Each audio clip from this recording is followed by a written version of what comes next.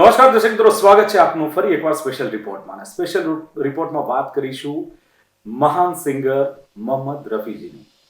100મી જન્મજયંતિનું celebration થઈ રહ્યું છે અને ખાસ તો વાત કરીએ તો 24 ડિસેમ્બર 1924માં જેમનો જન્મ થયો અને 24 ડિસેમ્બર 2024માં 100મી જન્મજયંતિનું સેલિબ્રેશન થઈ રહ્યું છે. રફીજી એટલે આપ જાણો છો કે એક અવાજ, એમની એક ઓળખ. અને રફીજીનો જન્મ પંજાબમાં થયો હતો. બીજું કે એટલા બધા ગીતો એમણે પોતાના કરિયર દરમિયાન ગાયા છે. ગઝલ હોય કે ભજન હોય, સેડ સોંગ હોય કે રોમેન્ટિક સોંગ હોય, કવ્વાલી હોય, આ બધામાં એમનો પોતાનો એક આગવો અંદાજ હતો. એમના વિશે તો ઘણા બધા ગીતો વિશે પણ ચર્ચા થઈ છે, એમના અવાજ વિશે ચર્ચા થઈ છે અને કયા પ્રકારના એ સિંગર હતા, બધી જ ચર્ચાઓ તો આપણે ઘણીવાર સાંભળી હશે. પરંતુ રફીજી એઝ એ હ્યુમન બીઈંગ, એમનો સ્વભાવ, વ્યક્તિ કહેવાય છે કે પોતાના સ્વભાવથી ઓળખાતી હોય છે.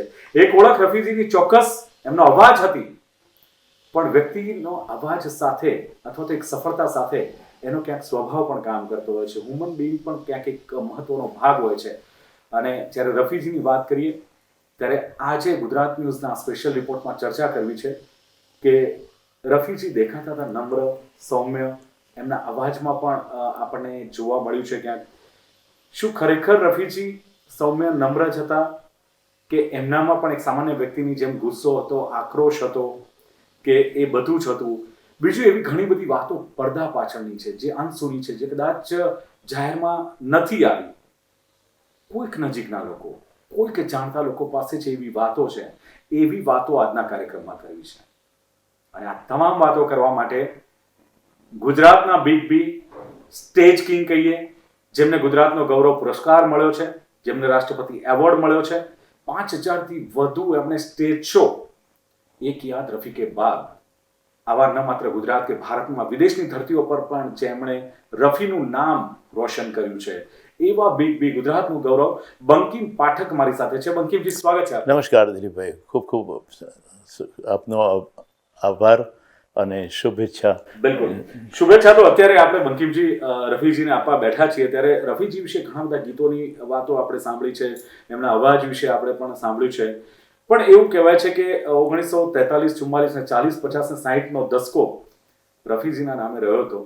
કરિયરની શરૂઆત રફીજીની કેવી રીતે થઈ અને કેવી રીતે તેઓ એક પ્લેબેક સિંગર તરીકે બોલિવૂડમાં આવ્યા? શરૂઆત કેવી રહી? શરૂઆત કહે છે કે એમના પંજાબની અંદર જ્યાં જન્મ થયો હતો ત્યાં નાનપણથી એમને ગાવાનો શોખ હતો, પણ પિતાજી થોડા સ્ટ્રિક્ટ હતા એવું કહેવાય છે. પણ એમના અંકલ, જેમને પણ મળવાનો મને ખૂબ સરસ મોકો મળ્યો હતો કેનેડાની અંદર, જેણે રફી સાહેબને સપોર્ટ આપ્યો હતો ગાયક તરીકે. એ ત્યાં કેનેડાની અંદર હતા અને મારી કેનેડાની ટૂર વખતે એમણે એમની દીકરીએ જ્યારે સાંભળ્યું કે ભાઈ આ મારો પ્રોગ્રામની અંદર રફી ચાચા जैसा गाने वाला आया है तो उनका फ़ोन आया और फिर मैं उनको मिला. એમણે એમને સપોર્ટ આપ્યો હતો રફી સાહેબને. પછી રફી સાહેબે થોડી ટ્રેનિંગ લીધી અને એમને મુંબઈ લાવ્યા.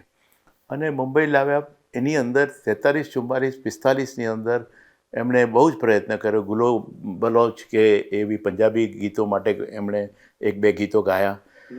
ત્યાર પછી આપણને જ્યારે આઝાદી મળી 1947ની અંદર, ગાંધીજીને આવી રીતના થયું અને રાતોરાત એમના ઉપર ગીત લખવામાં આવ્યું. તો હવે ખબર પડી કે ભાઈ હવે રાતોરાત મારે રેકોર્ડિંગ કરવું છે અને સવારે તો રેડિયો ઉપર, આકાશવાણી ઉપર આપણે રિલીઝ કરવાનું છે. તો ફક્ત એક જ નામ હતું, એ મોહમ્મદ રફી સાહેબનું. એ ગીત તો આપને બધાને જાણ્યું છે કે સુનો સુનો એ દુનિયા વાલો બાપુ કી એ અમર કહાની. એ એમણે રાતોરાત ગાયું અને બીજા દિવસે આકાશવાણીની અંદર રિલીઝ થયું અને આખા ભારતની અંદર એ ગીત ખૂબ જ વખાણ. બંકિમજી, આપ કેનેડા ગયા તમારા શો માટે અને આપે કહ્યું કે એમના અંકલ સાથે મળવાનું થયું, રફીજી સાથે મળવાનું થયું અને જ્યારે મળવાનું થયું ત્યારે આપનો એક્સપિરિયન્સ કેવો રહ્યો? અને નો ડાઉટ તમારું પણ એક હશે જ કે ભાઈ એનથું તમે પણ હશો કે ક્યારે રફીજીને મળવાનું થયું ત્યારે ખાસ તો શું વાતો થઈ અને કેવી રીતે મળ્યા હતા? હું જ્યારે એ વખતે 13-14 વર્ષની ઉંમર મારી હતી અને રફીજી અહીંયા આવેલા હતા, શંકર જયકિશન નાઇટની અંદર હતા અને 64ની વાત છે, 1964ની વાત છે, 63-64ની વાત છે. ત્યારે હું સ્કૂલની અંદર જ્યારે ભણતો હતો તો મને ખબર પડી કે રફી સાહેબ અહીંયા આવ્યા છે અને આખું યુનિટ આવ્યું છે. ત્યારે હું પોલીસ અમદાવાદ પોલીસ સ્ટેશનની અંદર ગયો, પહોંચી ગયો અને સવારે એ લોકો બેલેન્સિંગ કરતા હતા, સાઉન્ડ બેલેન્સિંગ, કારણ કે રાત્રે પ્રોગ્રામ હતો એટલે. ત્યારે રફી સાહેબ એક કોર્નરની અંદર કેબિન જે બનાવેલી હતી કાપડની, એની અંદર રફી સાહેબ બેઠા હતા અને હું તો જઈને ફક્ત એમને પગે લાગ્યો અને કીધું કે રફી સાहब मैं आपके गाने गा सकता हूँ, ऐसा तो मेरी कहने की हिम्मत भी नहीं थी. मैं सिर्फ ये कहता हूँ कि स्कूल में मैं आपके गाने गुनगुनाता हूँ. तो वक्त मैंने खाली એટલું કીધું કે બેટા आवाज़ जो है वो खुदा की देन है, ऊपर वाले की देन है, उनको सुनाते जाओ और लोगों का प्यार पाते जाओ. એ મારી પહેલી અને છેલ્લી મુલાકાત હતી. ત્યાર પછી હું રફી સાહેબને મળવાનું મને કોઈ ચાન્સ મળ્યો નથી. બંકિમજી, રફીજીને આપણે એ રીતે ઓળખીએ છીએ કે એક મહાન સિંગર, એક પ્લેબેક સિંગર, ઘણા બધા એવોર્ડ જેમને મળ્યા છે, એક અવાજ, એમની ઓળખ. પણ દરેક વ્યક્તિનું એક અંગત વ્યક્તિત્વ હોય, જીવન હોય, સ્વભાવ હોય. રફીજી વિશે શું કહેશો, ખાસ કરીને કે જે આજની પેઢી જાણે છે, કે એક પેઢી એ જાણે છે કે ભાઈ એક સક્સેસફુલ સિંગર છે અથવા વર્સેન્ટાઇલ એક સિંગર છે, એ સિવાય રફીજીની ઓળખ કહીએ તો કઈ ઓળખ આપશો? રફીજીની ઓળખ છે કે એવી રીતનું છે કે એમનું બે વ્યક્તિત્વ હતા. એક તો જ્યારે તમે એમને મળો, ઘેર મળો, ત્યારે એટલા મૃદુ કે તમારે એમને ધ્યાનથી સાંભળવા હોય તો કાન દઈને સાંભળવા પડે. એટલા સોફ્ટ વોઇસની અંદર. પણ જ્યારે માઇક્રોફોન આવતા હતા તો શેર બન જાતા હતા, वो खुद शेर बन जाता था. તો એમની એ ઓળખ અને ફિલ્મ ઇન્ડસ્ટ્રીની અંદર જ્યાં જ્યાં મેં સાંભળ્યું છે, જેટલી વાતો સાંભળી છે, એની અંદર એવી ઘણી અંશ સુધી વાતો છે કે રફી સાહેબ સ્વભાવથી કેવા હતા. એની અંદર 2-3-4 વાતો જે છે હું ચોક્કસ કહેવા માગીશ છું. કે એની અંદર પહેલી વાત તો એ છે કે રફી સાહેબ પોતાના નનામી, ખબર જ નથી કોઈને, કે એમના પાસેથી પૈસા દર મહિને એ વ્યક્તિઓને પહોંચતા હતા. એવા મ્યુઝિક ડિરેક્ટરોને પહોંચતા હતા કે જે ફાઇનાન્શિયલી પેલા હતા, એવા નનામી કેટલાય પૈસા એમને મળતા હતા. બીજી વાત, એક્ટરોની જ્યારે વાત કરીએ, પ્રોડ્યુસરોની વાત કરીએ, ત્યારે મને એક વાત યાદ આવે છે કે જીતેન્દ્ર ફિલ્મ સ્ટારે પોતે કીધી હતી કે એક ફિલ્મ બનાવતા હતા, એની અંદર પહેલું ગીત રફી સાહેબનું રેકોર્ડિંગ થયું, પછી એમને શૂટિંગ કરતાં, ફિલ્મ પૂરી કરતાં 5-7 વર્ષનો સમય લાગી ગયો. એટલે પછી બીજું ગીત એમનું રેકોર્ડિંગ કરવાનું હતું. બીજા ગીતની અંદર એમણે કિશોર કુમારનું ગીત રેકોર્ડ કર્યું હતું અને કિશોર કુમારનું ગીત રેકોર્ડ કર્યું એટલે એમાં પૈસા નક્કી થયા હશે. એટલે એમના સેક્રેટરી કીધું કે રફી સાહેબના કેટલા પૈસા આપવાના છે? તો કે જો કિશોરદા કો દિયા હે વહી દે દો. બરાબર. ઘેર જઈને રફી સાહેબે જ્યારે કવર ખોલ્યું ત્યારે પૈસા વધારે હતા. એટલે રફી સાહેબને તરત યાદ આવી કે आज जितेंद्र को तो मैंने ये 4,000 रुपया में मैंने गाना गाया था, आज वो 10 क्यों दे रहा है? तरत જ એમને ફોન કર્યો કે जीतू तेरे पास क्या पैसा ज़्यादा बढ़ गया है? तो जीतू के क्या हुआ साहब? तो कहते नहीं, तुमने मुझे पहले गाने का 4,000 रुपया दिया था, अभी 10 भेजा है, मैं 6 तेरे को वापस भेजता हूँ. એક આવો સ્વભાવ. બિલકુલ. બીજું જ્યારે અમિતાભ બચ્ચને પોતે કીધેલું છે કે મિસ્ટર બચ્ચને કીધું કે અમારો સિલિગુડીની અંદર પ્રોગ્રામ હતો, દાર્જિલિંગની અંદર 2 દિવસના કાર્યક્રમ હતા. 2 દિવસના કાર્યક્રમમાં પહેલે દિવસે રફી સાહેબ હતા, સરસ પ્રોગ્રામ ગયો, અને બીજે દિવસે બીજા એક સિંગર આવવાના હતા. એ સિંગરે મેસેજ મોકલ્યો કે ભાઈ હું આવી શકું એમ નથી. એટલે અમિતાભ તો વિચારમાં પડી ગયા કે હવે શું કરવું, સિંગર તો છે નહીં અને આખો પ્રોગ્રામ ચોપટ હો જાયગા. કે એમણે તરત જ હોટલની અંદર ફોન કર્યો તો કે રફી સાહેબ તો નિકલ ગયે ઉनको ફ્લાઇટ કરી. એમણે તરત પોતાની વર્કથી એરપોર્ટ ઓથોરિટીને ફોન કર્યો કે રફી સાહેબ को मुझे मिलना है, अभी फ्लाइट की देर है. તો he draw the car till this airport. અને પછી ત્યાં જઈને એરપોર્ટની અંદર ફ્લાઇટમાં બેસી ગયેલા. રફી સાહેબને નમસ્કાર કર્યા કે तो सर एक प्रॉब्लम है, जो आज सिंगर आने वाला था वो नहीं आ रहा है, अगर आप भी चले जाएंगे तो प्रोग्राम तो चौपट हो जाएगा. रफ़ी साहब के कि क्या करना है, अगर आप रुक जाएं. रफ़ी साहब ने एक शब्द नहीं बोला और तुरंत सीट बेल्ट निकाल के खड़े हो गए अपनी ब्रेक लेके. और अमिताभ आज भी वो याद कर रहे हैं. અચ્છા, આ બધા વચ્ચે આપણે જે કંઈ અંશુની વાતો કરી, એ વખતે લતાજી પણ ટોપ પર હતા, એક ટોપ સિંગર તરીકે એમનું પણ નામ હતું, રફીજી પણ ચાલતા હતા. પણ લતાજી અને રફીજી વચ્ચે પણ થોડી ચકમક જરી હતી ને કંઈક રોયલ્ટી બાબતે કંઈક ચકમક હતી. એ કદાચ બહુ ઓછાને ખબર છે કે ખરેખર મામલો શું હતો. આમાં પહેલો તો હું લતાજીને પ્રણામ કરું છું. સાક્ષાત સરસ્વતી દેવી છે. આશાજી અને લતાજી એક ફિમેલ સિંગરની અંદર સાક્ષાત સરસ્વતી દેવી છે. પણ કહે છે સ્વભાવની અંદર ક્યારેક ક્યારેક અપડાઉન આવતા હોય છે.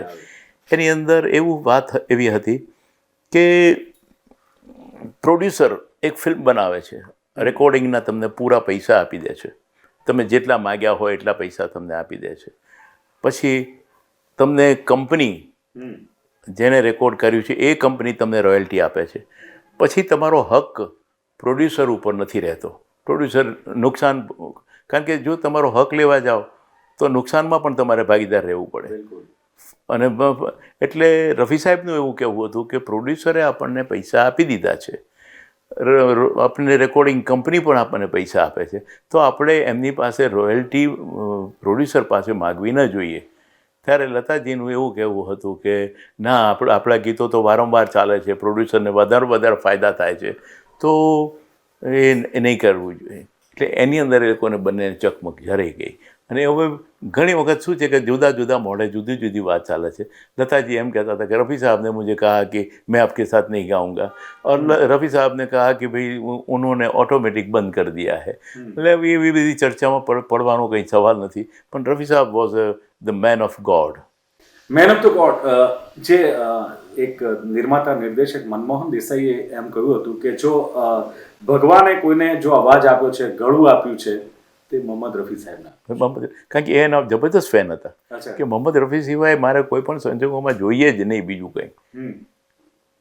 અમિતાભને પણ એમને કીધું હતું કે નહીં, ગાના તો રફી સાહેબ બી ગાएंगे. ભલે તમે કિશોર કુમારની પેલી વાત કરો કે ગાના તો રફી સાહેબ બી ગાएंगे. Manmohan Desai was a very fan of Rafi Saheb. Laxmikant was the fan of Rafi Saheb. એટલા બધા ફેન. રવિ, શંકર જયકિશન, નૌશાદ, શ્રી રામચંદ્ર, બધા એવા કેટલા મ્યુઝિક ડિરેક્ટર. એસ.ડી. બર્મન માટેની તમને વાત કહું કે દિન ઢલ જાય રાત ન જાય. આર.ડી. બર્મને વિચાર કર્યો હતો કે બાબા એના ફાધર ये गाना किशोर पागल हो गया है, तू पागल हो गया है पंचम, ये गाना रफ़ी के सिवा कोई गा ही नहीं सकता और रफ़ी के लिए है. मुझे देव ने बोला है कि ये गाना रफ़ी साहब ही गाएंगे. તો એ દિન ઢલ જાય રાત ન જાય આજે ઇમોર્ટલ સોંગ છે. એનો અંદાજ એક આપના અવાજમાં.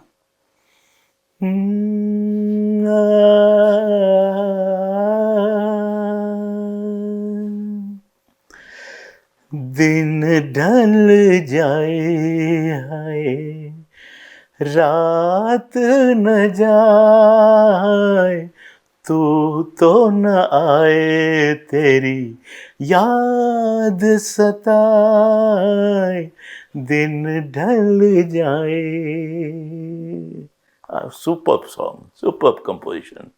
અને તમને એક ખાસ એની વાત હતી કે રફી સાહેબે જેમ તમે કીધું કે જુદા જુદા મૂડની અંદર ગાય, રફી સાહેબ ચા સિવાય કંઈ પીતા નહોતા. અચ્છા, પણ સાહેબ આ તો બોલિવૂડની પાર્ટીઓ હોય છે, ખાવા પીવાનું હોય છે, ને છતાં પણ આ છે મેન્ટેન રાખવું એ. રફી સાહેબ રેકોર્ડિંગ સિવાય બીજે કોઈ પાર્ટીઓમાં જતા નહોતા, ક્યારેય કોઈ પાર્ટીઓની અંદર જતા નહોતા. રફી સાહેબ રેકોર્ડિંગથી ઘેર આવે અને એમને પેલા ફૂલને રેકેટ રમવાનો શોખ હતો અને પતંગ ચડાવવાનો શોખ હતો. આ બે જબરજસ્ત શોખ હતો. અને ત્રીજો ખાવાનો શોખ હતો. આ વસ્તુ હતી. પણ રફી સાહેબ કોઈ પાર્ટીની અંદર જતા નહોતા. પણ હું તમને કહેવા જે માગું છું એ આખી જુદી વાત છે કે જેમ અલગ અલગ મૂડની અંદર રફી સાહેબ ચા સિવાય કંઈ પીતા નહોતા. કોઈ એમને એબ નહોતું, કોઈ નશો, કોઈ રેકોર્ડ સ્ટુડિયોની અંદર પોતાનું થર્મોસ લઈ જતા હતા. અને બધા પણ જ્યારે કોઈ શરાબી માટે જ્યારે ગીત ગાવાનું હોય ત્યારે તમને એમ લાગે કે આ માણસ જાણે પોતે આખી બોટલ પીને ગાતો હોય ને એવી રીતે લાગતું નથી કે આ એક અલગ અંદાજ હતો. આમ આપણે કહીએ છીએ કે રફીજી એટલે મૃદુ, મક્કમ, શાંત. આપણે કહ્યું કે એમને ધ્યાનથી સાંભળવું પડે, નહીં તો શું બોલે. અને માઇક્રોફોન આવે છે અથવા તમે કહો છો કે શરાબનું ગીત છે તો એકદમ મસ્તીમાં એ મૂડ લાવો, એ જ કુદરતી એક એવી એમની દેન હતી કે जितने लिखी थी मुकद्दर में हम उतने भी चुके. આ પીની અંદર જે આવે એ રફી સાહેબ સિવાય કોઈ કરી શકતું હતું.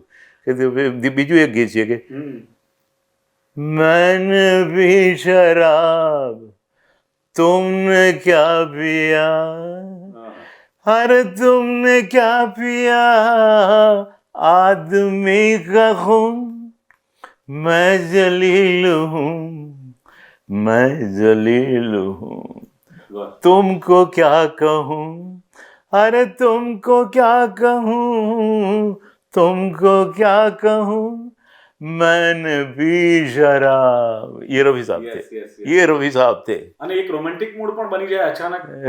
रोज चौदहवीं का चांद हो या आफताब हो, जो भी हो तुम खुदा की कसम लाजवाब हो. આઈ થિંક ये રેશમી चौदहवीं जुल्फे, ये फजा, शरबती आंखें. ये रेशमी जुल्फे, ये शरबती आंखें, इन्हें देख कर जी रहे हैं सभी, इन्हें देख कर जी रहे हैं सभी. जो मूड कहो, जो मूड कहो. તો સાહેબ એમનેમ તો 5 જે ફિલ્મફેર એવોર્ડ, 2 નેશનલ એવોર્ડ ને એમાં પણ જે ગીતો હોય કે ચૌદવી કા ચાંદ हो या आफ्ताब हो, बहार हो, फूल बरसाओ, दिल के ઝરોખો में तुझको बिठाकर, અદ્ભુત ગીતો છે. અદ્ભુત આજે ગીતો પણ છે.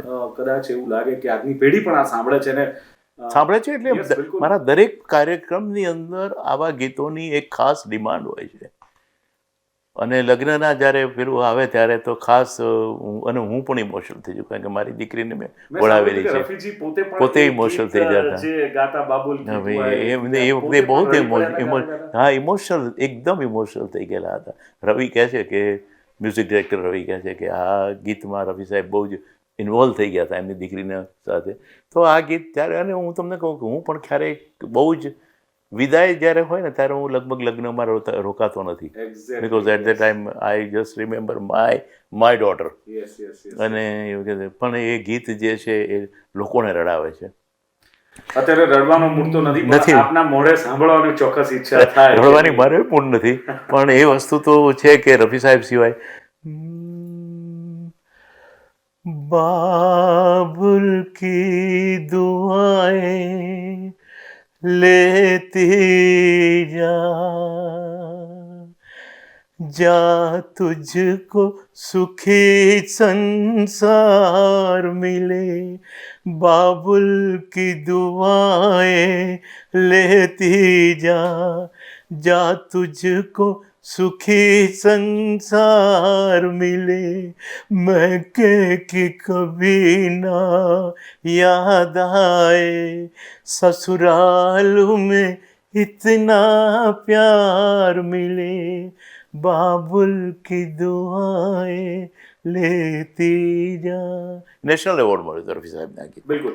પણ બંકિમજી, આટલા સફળ પ્લેબેક સિંગર, આટલા બધા ગીતો ગાયા, આટલી બધી ભાષામાં ગીતો ગાયા, ઇવન એક ગુજરાતી તરીકે આપણે પણ ગર્વ લઈ શકીએ કે ગુજરાતી ગીતો પણ એટલા જ બખૂબી એમણે ગાયા છે. એના પછી જે વારસો હોવો જોઈએ અથવા જે મેન્ટેન થવું જોઈએ, જે જળવાઈ રહેવું જોઈએ, લાગતું નથી કે આ કેસમાં પર્ટિક્યુલર થોડું મિસ થયું છે? એક વાત હું તમને ખાસ કહું કે એમના સન શાહિદ રફી પ્રોગ્રામ આપે છે, પણ જ્યારે વારસાની કહીએ ત્યારે ધીરુભાઈ અને અંબાણીના જે વારસો આ બંને જણે સંભાળ્યો છે એવા કોક જ નસીબદાર હોય છે. એક્ટરોની અંદર તમે જુઓ કે Raj Kapoor was a very lucky man, Dilip Kumar બિચારો અનલકી હતો, even Dev Anand was very unlucky કે એ પોતે જે એની ઇમેજ હતી પોતે સદાબહારની, એમનો છોકરો કંઈક ન કરી ન શક્યો. એવા કેટલાય એક્ટરો છે. અમિતાભ બચ્ચનની પણ એવું કહેવાય કે હજી સ્ટ્રગલ કરે છે. આપણે રાજેશ ખન્ના, એ કેટલા એવા જ કહું છું ને એક્ટર છે કે સુનિલ દત્તનો સન હતો, એ બિચારાને એના વારસને જેલમાં જવું પડ્યું. એટલે બધું વારસની જ્યારે આવે છે તો ભગવાને નક્કી કર્યું હોય છે કે આ માણસ એટલે બાપ, અને હવે બેટાને તો પછી જે કરવું છે. એટલે એવો મિસ કરીએ છીએ રફી. પણ હું ખાસ કહીશું કે એવી વ્યક્તિઓ જે છે એને મિસ કરવામાં જ મજા છે. अच्छा, यस. अगर उसका दूसरा फिर डबिंग हो जाए तो उसकी फिर वैल्यू नहीं रहती. मैं तो समझता हूँ कि उनका कोई आवाज़ में वारसदार नहीं होना चाहिए और नहीं होगा. બહુ લોકોએ પ્રયત્ન કર્યો છે, ઘણા પ્રયત્નો કર્યો છે, અને બધા જ singer, Shabbir Kumar is very good singer, Sonu Nigam is very good singer, Anwar was the nearest voice of Rafi Sahab, Mohammed अजीज़, मैं भी गा रहा हूँ, लेकिन रफ़ी साहब है, रफ़ी साहब है, इसमें कोई सवाल ही पैदा नहीं होता. ऊपर वाला ने किया है, बस रफ़ी के बाद कोई नहीं आएगा. ભગવાન શ્રી કૃષ્ણનું ગીત ગાઓ, તરત એમ તમને એમ લાગે કે ભગવાન શ્રી કૃષ્ણની પાસે સુખ કે શબ્દાથી દુઃખ મેં ન કોઈ. આ જ્યારે ગીત ગાઓ, એ કમ્પોઝિશનની અંદર જ્યારે બીજા મહેન્દ્ર કપૂરને ગવડાવેલા હતા કલ્યાણજીભાઈએ, તો રफ़ી સાહેબને એમ હતું કે महेंद्र से घबराओ, क्योंकि एक बात है उनके लिए कि उनको अगर पता चल जाता था कि भाई ये गाना किसी ने गाया तो वो कभी नहीं गाते थे, कभी नहीं कि नहीं उनको ही गवाओ, एवो स्वभाव હતો એમનો. ખાસ કરીને દિલીપ કુમાર આવ્યા कि नहीं, एमना घेर रफ़ी साहब ने कि मैं एक रिक्वेस्ट करने के लिए आया हूँ कि ये गाना रफ़ी साहब आप ही गाइए. तो સુખ કે શબ્દાથી દુઃખ મેં ન કોઈ, ગોપીનું તમે ગીત સાંભળ્યું હોય ભજનની અંદર, તો તમને એમ લાગે કે આ માણસ ભજનિક છે. પણ એક ઇસ્લામ ધર્મ હોય, મુસ્લિમ પોતે સમુદાયમાંથી હોય, અને છતાં પણ ક્યાંક અંગત રીતે જે આવા ભજનો ગાતા હતા અથવા ફિલ્મોમાં ગાતા હતા, ઓતપ્રોત થઈ જતા હતા. સાહેબ, એક ગીત ગાયને આપણને એમ લાગે કે ખરેખર આ કોઈ ભજનિક છે, કોઈ સેવક છે, કોઈ સનાતન ધર્મી છે. હું તમને એક વાત કહું કે इंसान का धर्म इसके बाद बनता है.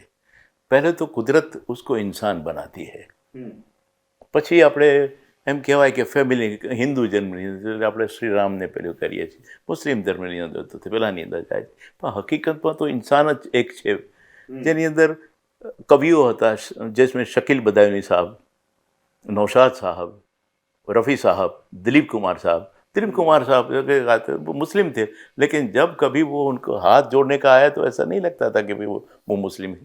इंसान को सिर्फ इंसान ही रहने दो, ये बात फिर धर्म की बाद में आ जाती है. और ये जो सांप्रदायिक धीरे धीरे बनती रहती है, कोई क्रिश्चियन बन जाता है, कोई ये बन जाता है, कोई हिंदू बन जाता है. तो इसमें 2 लाइन आते कि वो गाना है जिन्होंने बनाया है कि बहुत ही अच्छा बनाया थी, तो हिंदू बनेगा न मुसलमान बनेगा, इंसान की औलाद है इंसान बनेगा. तो शकील बदायूनी खुद इंसान थे, मोहम्मद रफ़ी खुद इंसान थे.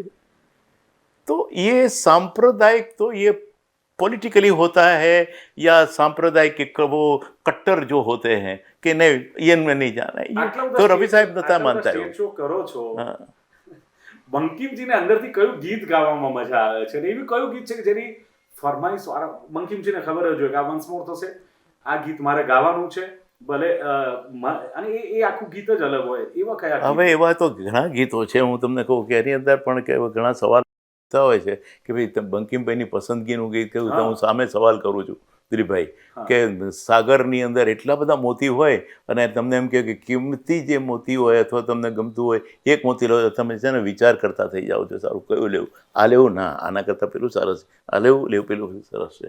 એવું જ રફી સાહેબના ગીતોની અંદર છે કે કયું ગીત લેવું. પણ ઓડિયન્સની અંદર અમે જ્યારે બેઠા હોય છે ને, ત્યારે 3 જ ગીતની અંદર હું આખું ઓડિયન્સને માપી લઉં છું કે હવે આમને શું જોઈએ છે. પહેલાં 3 ગીતો લોકો કે 100 बार जन्म लेंगे ગાઉં, તુझको पुकारे मेरा प्यार ગાઉં, ચલ ઉડ જા રે પંછી ગાઉં, એ આ બધા ગીતો ગાઉં. પણ એની અંદર ખબર પડી જાય કે યંગસ્ટર વધારે છે, ડાન્સિંગવાળા છે કે કંઈ, એટલે તરત જ પછી હું ઇમિડિયેટ ચેન્જ કરી નાખું. ચલ ઉડ જા રે પંછી એ બી ટચી સોંગ છે, ટચી સોંગ છે, એ જ કહું છે ને કે એ બી છે ચલ ઉડ જા રે પંછી કે અબ યે દેશ હુઆ બેગાના, સબકે લીએ ગીતો ને એ જે ગાવાનો અંદર એ જ આખી એક કહાની કહી દે છે. હા, આખું ગીતની એ ગીતની અંદર કહાની જ આખી થઈ જાય છે. चल उड़ जा रे पंछी,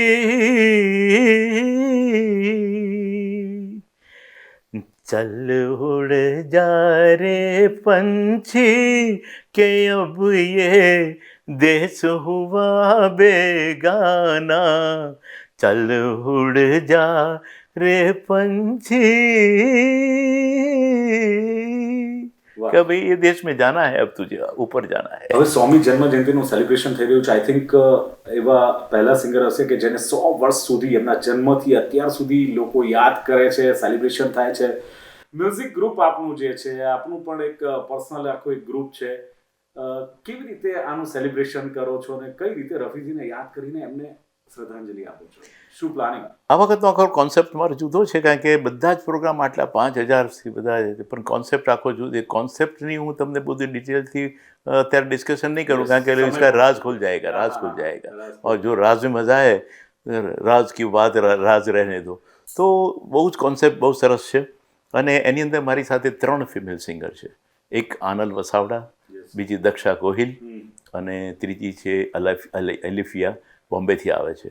એ અલિફિયાજી એ ડિફરન્ટ વોઇસની છે, જેમાં નૂરજહાં, શમશાદજી, ગીતા દત્તજી એ બધાના અવાજ આવશે. દક્ષાજી મારી સાથે છે, લતાજીના, આશાજીના ગીતો ગાશે. અને Aanal Vasavada she is also very young and very talented singer. આ 3 સિંગર બહુ જ સ્ટેજની માહિર સિંગર છે મારી સાથે. અને ઓર્કેસ્ટ્રેશનની અંદર the one of the best and one and only I will tell you the best. બાકી તો મ્યુઝિશિયન બધા જ સરસ છે. મેં ગુજરાતની અંદર કે બહારની અંદર તમામ મ્યુઝિશિયનો સાથે મેં ગાયું છે અને બધાના પ્રેમથી ગાયું છે. યંગ હોય, ઓલ્ડ હોય, ગમે. પણ ખાંડેકર બ્રધર્સ સાથે સૌથી વધારે મેં પ્રોગ્રામ આપેલા છે. એ મારી સાથે શરદ ખાંડેકર મારી સાથે, ખાંડેકર બ્રધર્સ છે. They are very particular and બહુ ડેડિકેટેડ મ્યુઝિક અંદર છે. છેલ્લો મેસેજ રફીજી માટે? રફીજી માટે એવું કે આ 100 વર્ષ કે બાદ ફોર એવર છે, એટલે અમે તો નથી રહેવાના હવે. કારણ કે જવાનીને કહું છું, જવાનીને કીધું એ પ્રમાણે कि कल हम है या नहीं है. लेकिन जो रफ़ी साहब के गाने वाले हैं, बहुत सारे सिंगर हैं, जिसमें मैं ये बाटुंगे हैं, जिसमें अभिजीत हैं, जिसमें ये अपना नीलेश हैं, फिर चिराग हैं, हिमांशु है. ये सभी रफ़ी साहब के गाने वाले हैं. तो मैं तो चाहता हूँ कि मैं अगर मेरे पास बाद भी रफ़ी साहब का ये दौर चलता रहे, ये कलाकार डेडिकेशन के साथ चलता रहे. ये बात नहीं कि चलो पैसा मिल गया, नहीं. उनका जो नेचर है इस हिसाब से जाओ, नेचर को एडेप्ट करो. रफ़ी साहब की दुआएं यूं ही मिलती रहेगी.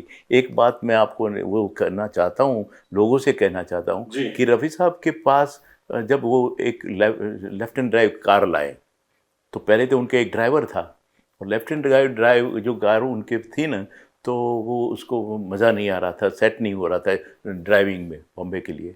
तो वो सोचते हैं कि रफ़ी साहब आज तक मैंने गाड़ी आपकी चलाई है, तो अब मुझे छुट्टी दे दीजिए, क्योंकि मैं ये कार नहीं चला सकता. रफ़ी साहब ने क्या सोचा मालूम है? उनको तुरंत एक फियाट कार खरीद के दी कि तुम टैक्सी चलाओ, तुम्हारा गुजरान चलना चाहिए. बार बार दिन ये आए, बार बार दिल ये गाए, आप जिएंगे हजारों साल, ये हमारी सबकी आरज़ू. Happy birthday to you, happy birthday to you, happy birthday dear Rafi Sahab, happy birthday to you. ખૂબ ખૂબ આભાર ગુજરાત ન્યૂઝનો. દિલીપભાઈ, આપનો ખૂબ ખૂબ આભાર. कैमरामैन सबका आभार. Thank you very much. जिस तरह आपके आशीर्वाद मुझे मिलते रहे हैं, मुझे यकीन है कि मिलते रहेंगे. बहुत बहुत शुक्रिया. તો દર્શક મિત્રો, હેપી બર્થડે ટુ રફી સાહબ. ફરી મળીશું ગુજરાત ન્યૂઝમાં નવા વિષય સાથે. આપ જોતા રહો ગુજરાત ન્યૂઝ. નમસ્કાર.